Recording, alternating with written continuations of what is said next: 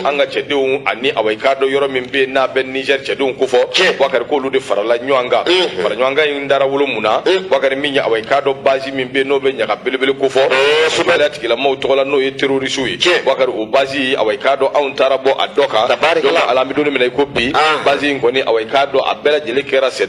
fini wakari o de siratigɛ la parce que b'a y'a jira k'a fɔ min ye bamanjɔliya tigilamaw caman bɛ wakari an y'olu kɔni kɛ c'est fini min ye awayikado u ka u bolola minɛnw kɔsɔbɛ b'o la moto b'o la marifaw b'o la a n'a ɲɔgɔnna caman wakari an ye tɛgɛ da u kan a ma sɔrɔ dɔwɛrɛ fɛ forces armées awayikado Niger tɔgɔ la kɔsɔbɛ Mali awayikado olu tɔgɔ la wakari anw de filɛ ka wuli ka jɔ kɛ yalisa nin waleya in a bɛ se ka ɲɛ sɔrɔ cogo min a ko kunnafoni minnu n'olu dira min ye awayikado an ka pankuruw ye wakari drone b'o la avion hélicoptère b'o la a n'a ɲɔgɔnna caman wakari awayikado olu wulila wulila yɔrɔ jumɛn a bɛ Niger ko fɔ min ye Niger kaw ka awayikado pankuru olu de ko don olu de wulila ka n'a dɛmɛ ɲɔgɔnya ta ka ɲɛsin anw ma sabu an bɛɛ lajɛlen ye kelen ye u bɛ ɲɔgɔn bolo an bɛ don da kelen fɛ ka bɔ da kelen fɛ anw ka fama awayikado yɔrɔ min bɛ yen n'o bɛ awayikado Wataguna n'a b'o kɔfɔ Wataguna Labizenga u man jan hali dɔɔni filɛ nin zone des 3 frontières a b'o de sira fɛ wakari u ye kibaruya dɔ sɔrɔ o kibaruya in taara wolo min na awayikado pankulu ninnu de wulila ka taa awayikado o maa kofɔlen ninnu nɔfɛ groupe armé terroriste o maa minnu filɛ nin ye wakari u bɛ bali ka bɔ min galama pankulu kunkan bɔ a n'a ka tasuma kisɛ wɔgɔ wakari a si ma kɔrɔ a si ye tasuma kisɛ wakari a bɛna cogo min a bɛna ten a bɛ bɔ sankolo la i b'a fɔ ko sankisɛ wakari n'i ko i b'i yɛrɛ ɲini a b'i nɔɔni n'i tor'i nɔ la a b'i nɔɔni n'i yɛrɛla yiri la ni yiri bɛɛ kɛ kelen ye n'i donna dingɛ kɔnɔ wakari i ɲɛnama a b'i su don a laban ye min ye e kɔni kan k'a dɔn sa k'a fɔ min dabɔlen filɛ nin ye awayikado e kɔni ka c'est fini ala tigɛ don awayikado o banna pewu ko a ko nin opération min filɛ nin ye awayikado a kɛra sababu ye dɔw min y'a to bamanjɔliya tigilamaw wakari an y'a camanba de awayikado nɔɔni k'a camanba de ka ko ban pewu a ko de siratigɛ la ni hakili b'a la san 2023 forces armées Niger tɔgɔ la u wuli ka jɔ kɛ Labizanga fanfɛla in na ka taa fama ka t'olu dɛmɛ wuli ka jɔ min kɔnɔna na min ye bamanjɔliya tigilamaw awayikado olu kun ɲɔɲɛnen don kosɛbɛ min fɛ ka tiɲɛniw kɛ maa minnu bɛ yen minnu bɛ état islamique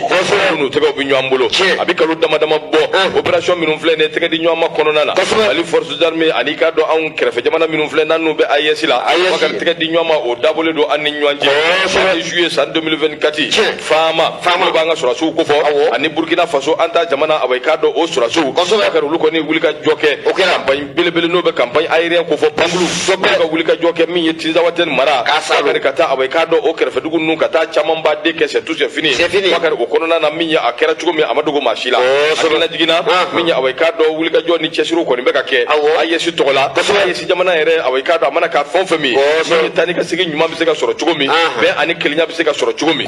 d'état-major généraux des armées Mali Burkina Niger kɔni jɛra n'a ye awayikado waati tɛmɛnenw na novembre kalo yɛrɛ daminɛ na plan d'action dɔ n'o ye awayikado hakilina dɔ ye a bilalen b'a la min bɛ se k'a to awayikado lakana bɛ se ka sabati bamanjɔliya tigilamaw awayikado bɛ se ka kɛ c'est fini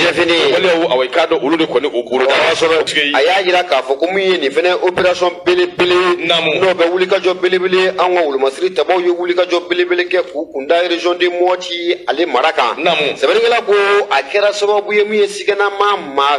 caman de bɛ yen a bɛ se maa 20 ani kɔ ma ko tigɛ kɔni ko a taara ka da olu kan mun ye Mopti yɛrɛ a kɛrɛfɛ dugu dɔ kɔni o kɔnɔna la sɛbɛnnikɛla ko mun ye an ka cɛfini tabaw n'o bɛ wolomasiri tabaw ko fɔ siga tɛ fɛn mun na foro de ka bon n'o tɛ armée b'i sɔn a ko mun ye duwa kun tɛmɛnen in na ko tɛgɛ taara ka da maa 21 kan ninnu ye siganamaw ye o tɛgɛ taara ka d'u kan dugu mun na an k'a ma ko Medinakura ale ye quartier mun n'a bɛ Mopti jamana a b'o o kɔnɔna la sɛbɛnnikɛla ko nin bɛɛ lajɛlen sɔrɔla cogo di a yira k'a fɔ ko mun ye cɛfini tabaw ye kibaruya bɛɛ lajɛlen ni k'o sɔrɔ k'o fara ɲɔgɔn kan ka taa u cun mun ye Medinakura o kɔnɔna la o y'a sɔrɔ kibaruyaw bɛɛ lajɛlen dira k'a fɔ ko mun ye dɔw kɔni u bɛ taa bagan suyɛnenw maa minnu bɛ yen ka t'u ka bagan ka taa talakuw la u bɛ taa bagan ninnu u bɛ taa bɛɛ lajɛlen feere nin yɔrɔ kofɔlen na n'o bɛ Medinakura ko fɔ mun ye Mopti ale kɔnɔna la sɛbɛnnikɛla ko o siratigɛ la mun ye armée nana wuli ka jɔ k'o bila sen kan waati mun na caman ninnu kɔni u bɛ ka bagan feere baaraw k'o dabɔ Medina Kura kɔnɔna la ko armée sina ka tɛgɛ ka a ta ka da u caman kan sigana maa caman wa i b'a ye k'a fɔ ko maa dɔw b'u la siga t'a la olu ye terroriste yɛrɛ ye koyi o sababu kɛ a bɛ nin kana waati jan bɔ mun ye armée kɔni ye a bɛ k'olu terroriste jugu ninnu kɔni ɲini Mali fantan caman fɛ nka nin donni kama ko tɛgɛ kɔni ko a tara ka da u kan sɛbɛnnikɛla ko nin t'a siɲɛ fɔlɔ ye a ko a bɛ nin kana waati ni bɔ a dogolen tɛ maa si la k'a fɔ ko min ye terroriste u bɛ taa maaw de ka bagan ka taa minɛ u la k'a diyagoya minɛ u la walima jaga ka taa ni a ye wa i b'a ye k'a fɔ k'u bɛ taa bagan ninnu ka taa a feere an ka wolomasiri tabaw nin fana t'olu siɲɛ fɔlɔ ye ka tɛgɛ ta ka da a maa dɔw kan ko ye a dɔw yɛrɛ fana tun bɛ yen bagan caman ba bɛ k'u bolo ka taa wa tɛgɛ tara ka da o caman kan sɛbɛnnikɛla ko hali bi misali la région min bɛ yen n'an k'a ma ko région de Segu Madu Bɛɛ ka ɲɛmaa ko ala a tɛ tile damadɔ bɔ i bɛna ye k'a fɔ ko min ye dugu min bɛ yen n'an k'a ma ko Pelengana ale tɛ Segu yɛrɛ donda ye wa a yera k'a fɔ ko min ye wolomasiri tabaw cɛfini tabaw u ye tɛgɛ ta ka da maa dɔw fana kan olu tun ka baara ɲɛsinnen tɛ dɔwɛrɛ ma u tun bɛ ka taa bagan feere baaraw de k'o kɛ bagan caman den de tun b'u bolo sɛbɛnnikɛla ko a donni kama min ye Pelengana donda la armée malienne ye tɛgɛ kɔni ka a ta ka da o maa ninnu kan sɛbɛnnikɛla ko ale bibi ko la o ma ban région de Mɔti o mara kɔnɔna la a nana k'a fɔ ko min ye cɛfini tabaw ye wulikajɔ k'o bila sen kan yɔrɔ min bɛ yen n'an k'a ma ko Sebare intervention des vecteurs aériens n'o bɛ an ka wolomasiri tabaw ka pankuru ja ninnu kofɔ Madu Bɛɛ ka ɲɛmaa k'u ye bugo kɔnɔ 7 u y'a don terroriste la dugu min bɛ yen n'an k'a ma ko Piron ale fana ye dugu ye dugu min na a bɛɛ mun ye Mɔti yan fan fɛ sɛbɛnnikɛla ko hali bi mun ye armée kɔni bɛ ka wulikajɔ k'o kɛ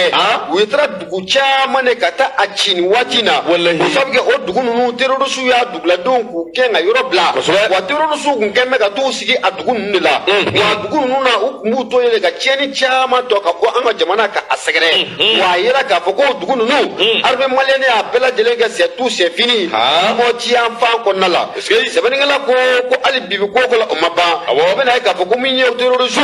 n'a ma ɲɛ k'a fɔ ko min ye Sadio Kamara y'i kale k'i siɲɛ a bɛ marifa de bila mun ye repos éternel a b'o o di aw ma armée nana wulikajɔ k'o kɛ dugu min bɛ yen n'an k'a ma ko Sobugu